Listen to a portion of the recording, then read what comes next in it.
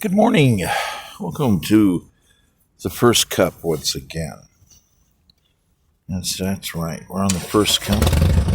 We're waking up. We just popped in. We just walked out of McDonald's. We got it. Picked up our iced coffee. We're still on the first cup. Okay, gotta stay efficient. Gotta keep going. Gotta do something. You got that thought in the head. Let's keep going. Doesn't matter where you are. Happens a lot. You go down the coffee shop, everything starts thinking. Wherever it is, you pick it up. Went into McDonald's today. Got an iced coffee. Okay, colonial constitutional capitalism. It's an interesting item because it's very free. It has lots of variances. There's this extreme creativity that can occur, and it's different than what a lot of people are proposing is necessarily what is true capitalism.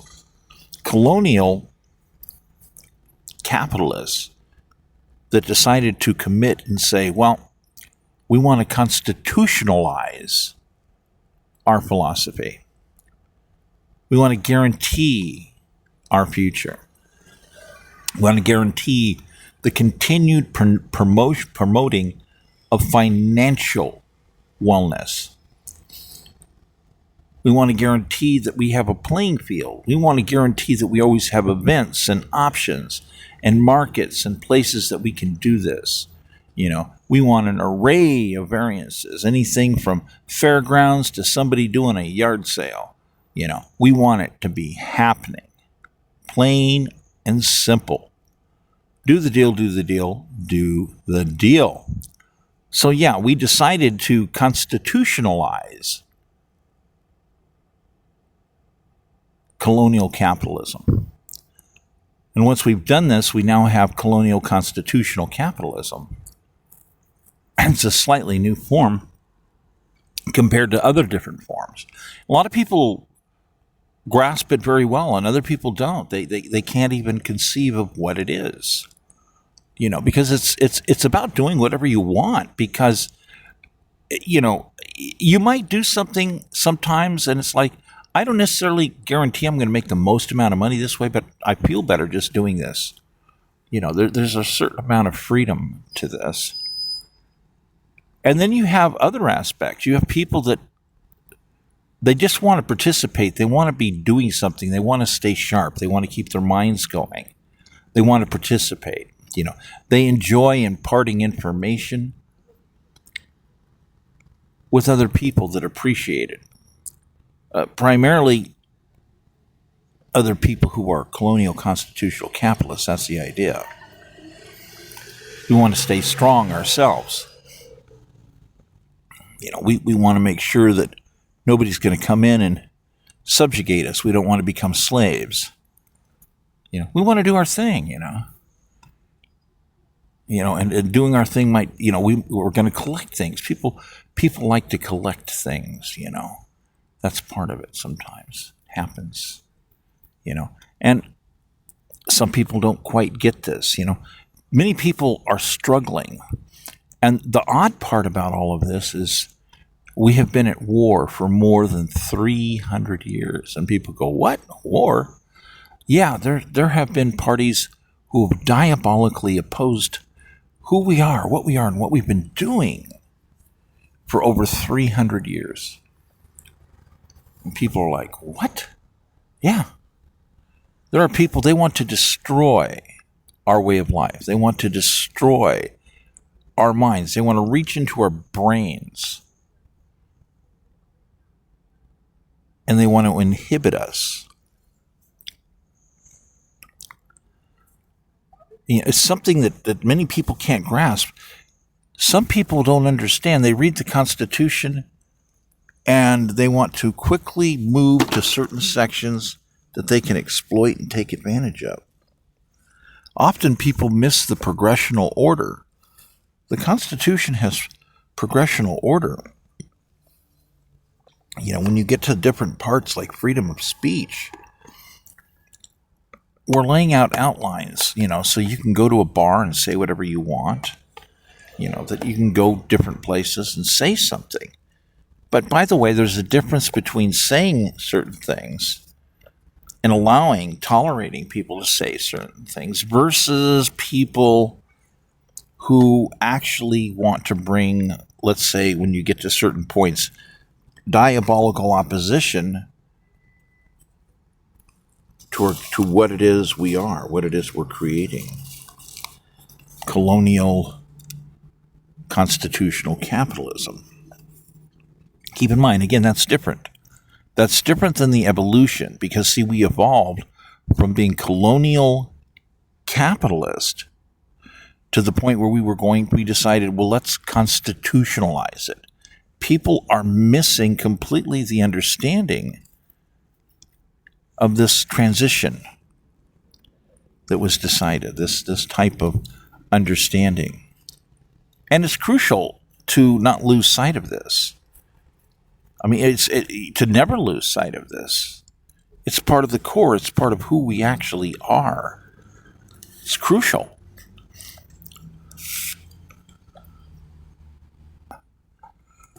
Okay, had to take a break to check phone messages. So capitalism, the way I'm talking about it, colonial capitalism, that has now been constitutionalized. It's so large you just can't put it in a single bottle. It's just wild and free and all these options. And no matter where you go, it used to be you could walk up to people and say, why are you doing that? Oh, I decided I would do this in order to basically be able to make this amount of money, and then I figure I'll be able to do this other thing. And everybody was involved in a version of that for the most part. You would have people, they would be doing things, and it's like it became part of their business. And it was just like part of a mechanism. And it wasn't their thing. It was just an idea they came up with. Well, if I do this, it helps me get to that, And, so you have all these different ways of doing things that can be done. And, there can be all these incredible discoveries along the way. You could occasionally go in partnerships on deals, do the deal, and so, it's something that it's hard to necessarily contain it into one bottle, although some of us have tried. Yet, we've been at war for over 300 years. There are people that are jealous of us. They diabolically oppose us. They look upon us as though capitalism, colonial capitalist particularly, all of a sudden people would be like, if you've ever watched the movie The Omega Man, and there's this scene when the girl starts changing and she hears this guy's name, Matthias, and she goes through this transition and she's like, yes, and she's that's it. She's been taken, she's consumed, she's going to immediately go to Matthias. Although in the movie this was not necessarily a good thing, but there's people who view colonial capitalist in this manner. They see us as a disease, as something that's horrible. Yet there are others that see us, yes, as a disease, and they can't beat us. And they're jealous. Royal German Empire. Jealous. Yeah, jealous. Because they would even lose people. Everybody would lose little samples of people. It would be like that, almost like that girl, but different. It's like all of a sudden, yes, over there, America, colonial capitalism, yes, boom, and people would just, here they come, and it's there's this change, there's vast types of change that can occur. It can happen in many ways, and in many faiths. To step forward and realize that there's something about colonial constitutionalism, colonial capitalism, and how we've brought forth something, we're birthing something that's different. But it's also this vastly free allowances of, yeah, do what you want, Yeah, build, do what you want. But people are misunderstanding certain limitations of the strictness. There are actually many limitations to the strictness. And here's where it always gets, dicey, because you have Europeans that always want to subjugate people. They want to make them into slaves, into serfs. We want you to be a good communist worker in the Communist Party. Don't make waves. Do your job, And we're like, are you kidding? You've got to be bullshitting me. No, and it's like, no, we're not. So when you have these people step up, and they're creations, child creations of the Royal German Empire, like Marxism, communism, socialism. Those are child mechanisms bought and paid for by the Royal German Empire and their other syndicate partners. Yes, there are other syndicate partners. It's kind of elaborate how that works, and there's not enough people who've studied it to really understand what happened there. It takes a lot to see this stuff because it was so long ago, and there's so few items that remain.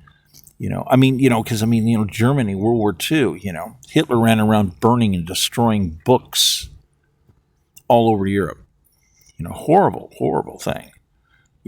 How do you trace history when somebody's running around destroying it? California today is horrible. It's a nightmare. California has just been through easily 35 years of a mass destruction policy against people's personal assets, people's archives, attacking people's archives, attacking people's book collections. It's horrible. And you don't, some of us see it, some of us understand, there's a problem with some of the politics in California. There has been a vast openness and tolerance. There's been a vast tolerance. But then sometimes it can come back and bite you, So, because if you let too many people in the country, you end up having to deal with what? You have a responsibility to make sure that you're vetting these people. And that requires personal time to invest into sorting this. Because into things we actually came, I said we've been at war for 300 years because not everybody coming to America has got the disease and the dream.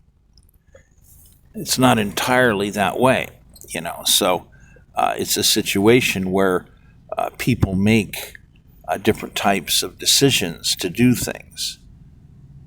And unfortunately, you have, different sorts of people, let's call them the wrong sorts, that decided to come to America because why? Well, they were murderers in other places around the world and they were wanted. So they came here to hide and prey upon other parties. So criminals of all types would come here. That's always been a problem. It's one of the reasons we also always need to have firearms to provide our own security. So we've tried to build all these extra mechanisms to keep things under control, forms of systems that could increase the efficiency of overall diversity of the needs to any given particular area. But none of these things are absolutes. So is the way it kind of works out. So we have to maintain and keep our own capabilities just in case. So this is something that that now it's not necessarily something we always want to talk about. To me, certain types of defense are a common sense standardization. It's just there, and you spend some time from time to time, researching things and doing things and maybe inventing things, learning things, exploring what other people have done. A lot of people just, look at, what have other people been doing in this area, some people don't make their own guns. They see what other people are making and they buy theirs. So you have these different aspects of the way these things are basically managed by other people, and then other people go, "Oh, that looks interesting. Let me try that." Kind of like buying cars sometimes. Some people collect lots of different cars, and they don't necessarily make cars. But some people will, from time to time, say, I'm going to make something, customize something, do something. Again, all these things are part of the true vision of colonial capitalism, which, of course, again, we decided to constitutionalize these ideas, these rules and laws, guarantees and contracts into a new great contract while still reserving our original contracts and our original beliefs. It's quite interesting. So, but a lot of people are confused sometimes about where the limits are, and this is where you see people with freedom of speech. So we can do anything we want. And the only thing that they want is to end colonial constitutional capitalism. They want to bring in socialism and Marxism and communism and destroy us. And they're trying to claim, well, it's we're allowed under the Constitution. No, you're not. You're not allowed. You're a diabolical opposing force. You're a Johnny-come-lately creation that was created by other people that were jealous. In fact, few people understand it. The Royal German Empire, they created Marxism deliberately. Communism, socialism, all these were created deliberately to facilitate a certain area of puppeting and control, to be able to satisfy some of the thirst of workers while sorting through and finding the worst of them were crazy that would want to go, let's say, do assassinations on industrialists, so forth, etc. So they made these mechanisms. They knew that they'd have to end up making some kind of consensus at some point because people would demand it. There would be flaws. Some people are rougher with beliefs than others that are industrialists, Europeans. And so, you would know that people want to stand up and make unions. So what you do is you make the unions. You make all these other entities ahead of time. Now, if you make them, what does this mean? Well, you fund them. You give them money. Okay, that keeps them operating. Okay, because other people have problems constantly coming up with funding and money. So you make them yourselves, and then you control them. Yeah, you control them. So you can sort through a system of who the worst of them are and apprehend them and get rid of them. So you're peddling your own flesh, basically, with that sub-device. So you'll also look at other people that would be challengers, and you would approach them and say, well, you need to join with us. You got a business with us. We would like you to do things, well, kind of sort of this way. Here's a book.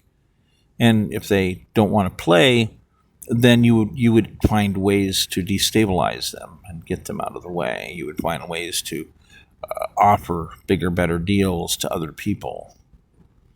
And it can be as simple as saying, oh, why do you guys want to be with these unions? They can't even pay you to protest. Yeah, we'll help you with the union negotiating, and we'll pay you to protest. Yeah, here you go. We'll pay you to protest. We have bonuses here. We have additional resources.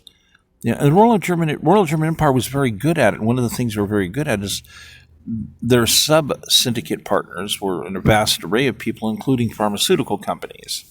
So they would build pharmaceutical companies wholesale. And they go to people and say, well, yeah, hey, look, we got some of this. You need any pharmaceuticals? And it was different. It was legal, and it was different because people would be, going to someone and saying, do you need any pharmaceuticals? Is like many people would say, okay, are you drug dealers? You got medicine. When you say pharmaceutical, that's like walking up saying, hi, how are you doing? We're a pharmacy. Is there anything you need? Is there anything you need?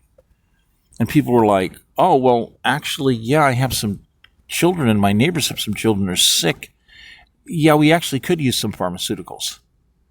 Yeah, oh, yeah, no problem. Yeah, here you go. Yeah, here you go. And you got other people that are quietly on the side, well, hey, you wouldn't happen to have anything to help us stop the smells that we're surrounded by, some good snuff to put in the nose. Oh, yeah. Well, you got anything that's got a little tang to it, Well, yeah, we got something here. Here you go. Here's some cocaine, you know. So there was all these things that, of course, in some cases, we won't leave out the part about some people would be get addicted, be into addiction, and some people would want to make money off of it too. So, well, could you give me a deal on a whole bunch of this? I understand you just hand out a little bit for free, no problem, but I could really use like a briefcase full of this type of stuff. Can we talk? And they'd be, oh, well, yeah, of course. You see, all of a sudden these other factors and fashions, subfactionals can't compete. And that's the European master puppeting scheme. An area of basically cheap people. The land is basically no longer enough to evenly pass out, considering vast populational fluctuations. So they need growing space. And keep in mind, part of the problem with the lands is that, some people are unwilling to reshare their land. They're unwilling to occasionally cut some of it up. It's kind of weird. But, so that gave way to a lot of other people, certain percentage of them getting the disease. They're like, I'm just going to go to America. So you had the Royal German Empire, and a lot of Europeans were jealous. They were jealous of what we were doing as colonial capitalists. So you would have all these mechanisms being built. Marxism was a machine. It's a device that was built. And it's built off of the selection and utilization of mass quantities of data. It's the beginning of weaponization of data, which really starts about 1840. Royal German Empire, they're going to go on the largest weaponization of data, the largest collection of data rampage in the history of the world, and they're going to weaponize it. And that's a big thing, because they could sell it. They discovered they could resell data. They could keep manipulating data. Everybody wanted it. You could go to other businesses. Hey, we have a new mailing list for catalogs. You do? Well, how good is it? Well, here, look at this. Here's some demographic numbers. Yes. What would you like for that list? So a lot of people were like, "Wow, yeah, we'll pay for that data." It was business. So they discovered this. They resold data worldwide. They reworked it worldwide. And when it came down later on to financing Lenin to go into Russia, and Lenin hires Stalin, these guys are all on payrolls, or on multiple payrolls of the syndicate, Royal German Empire Syndicate. And there's a lot of sub deals that would come up. And it would be like, we get half, we get half, that's the deal. And so that they would, Joseph Stalin's going to go out and murder 70 million people. He's going to do it in the most efficient manner ever done in the history of the world. Because why? He's utilizing Royal German Empire data, weaponized data that has been reworked in the most efficient manner. So he knows where to go. He knows something about who's who. Made sorting really easy. So he'd come up into new towns, and they either had people that immediately were joining in, or they had other different types of people, and they would be able to sort that quickly. So they murdered a whole bunch of people. We'll just mass murder all these people and just take their lands and their assets and their antiques and ship them out worldwide. And the Royal German Empire had all of these chains to do this. And a lot of the stuff ended up in New York. New York ended up with all kinds of stuff coming out of Russia, all kinds of antiques. It was just, it's a smorgasbord. Look at all this stuff coming in at a fairly low rate. We can make money with this, And, so they were extracting monies this way, from the Americas worldwide. And these are things people don't understand. So Russia was the number one target. The United States was number two. The United States was number two in a different way, though. They knew it would be difficult to overtake all of us colonial capitalists.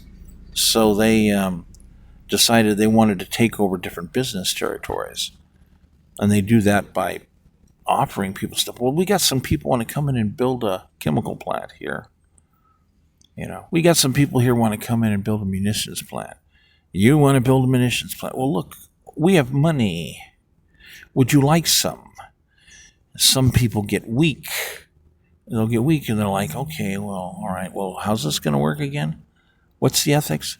Oh, well, we just want to build munitions and, we're going to have to deal with certain, people, maybe this, that, or whatever. Some people would be on board for it, other people wouldn't. But of course, later on, the truth is that munitions built in this company by the Royal German Empire were used to kill our own soldiers. Welcome to American history.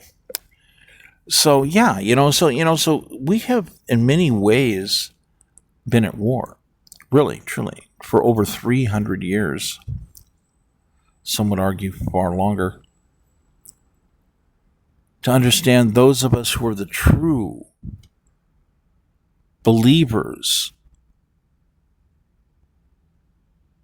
of colonial capitalism being constitutionalized. Because now we are colonial constitutional capitalists. It's endorsed. And we've got a series of tactical table rules and set points. And we get to a certain point and we're going to say, well, in general, yeah, freedom of speech, that's okay. But when people want to come up and say, oh, well, we want to be communist and socialist and overthrow the government. No, you can't do that. You can't take an oath to protect the Constitution of the United States and endorse colonial capitalism and our diversity ways of doing things and say you're going to destroy it. No, that'd be a violation of your oath. And we have a bunch of crazy people that don't do their job anymore. They don't prosecute people that are violating their oath. It's just that simple. Oh, well, it's a matter of opinion. No, it's not. These are preconceived mathematical tactical table options. And we figured out what they basically all are for the most part. We made our decision of what we want to do. And these other people want to come in with a mechanism full of lies. Everything ends up badly with communism and socialism. Again, all these things were designed purposely. They were designed as mechanisms to control that could be scalable. You'd throw more money out, you could get more people in, and you could focus these people and utilize them, even control violence. It's literally a weapon of mass destruction, these devices. And, they'll destabilize anything.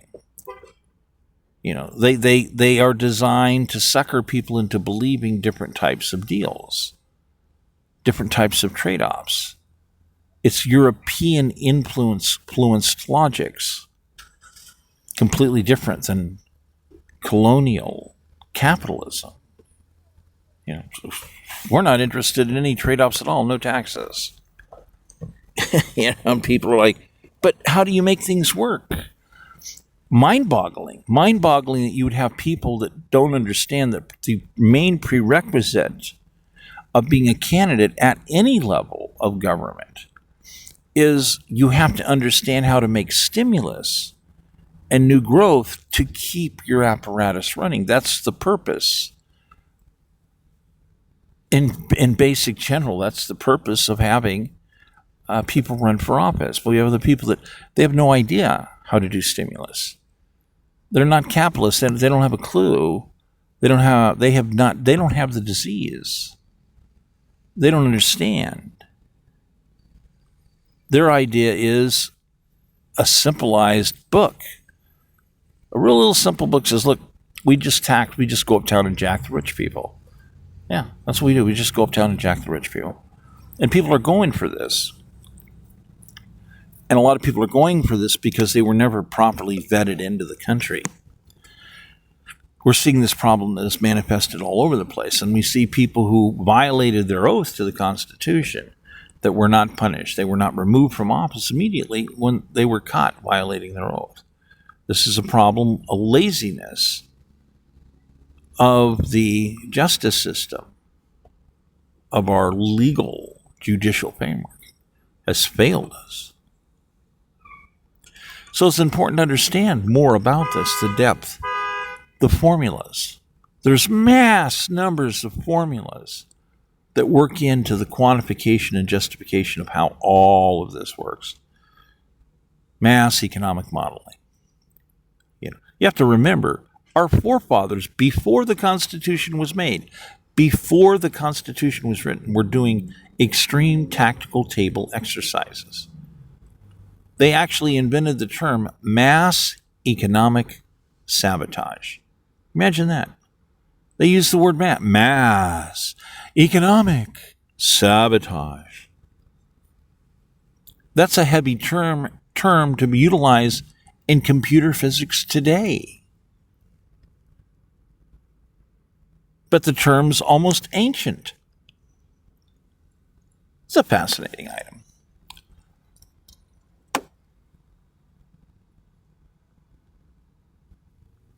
Okay, so we're going to change the mood, take a little bit of a break, and come right back.